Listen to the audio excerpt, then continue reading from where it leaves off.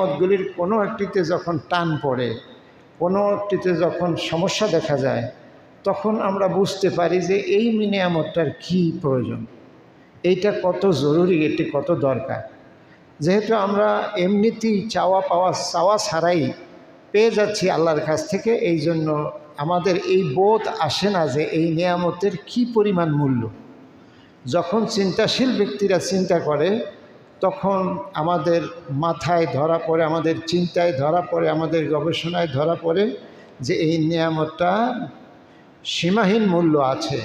এই মূল্য দেওয়ার ক্ষমতা পৃথিবীর সব মানুষ একত্র হয়ে রাখে না। এখন নিয়ামত পাওয়ার পরে আল্লাহর নির্দেশ হলো সহজ একটা বাক্য বলে দিতে হবে, আলহামদুলিল্লাহ। আলহামদুলিল্লাহ মানে শুকরাল্লিল্লাহ। আলহামদুলিল্লাহ মানে ধন্যবাদ আল্লাহকে। আলহামদুলিল্লাহ মানে আল্লাহকে ধন্যবাদ। অর্থাৎ আল্লাহর দেয়া এই নিয়ামতটা আমি স্বীকার করে নিলাম। ধন্যবাদ দেওয়া মানে কি, আমি নিয়ামতটা স্বীকার করে নিলাম। এই অর্থে আলহামদুলিল্লাহ পড়তে হয়, শুকরিয়া আদায় করতে হয়। সম্মানিত হাজিরিন,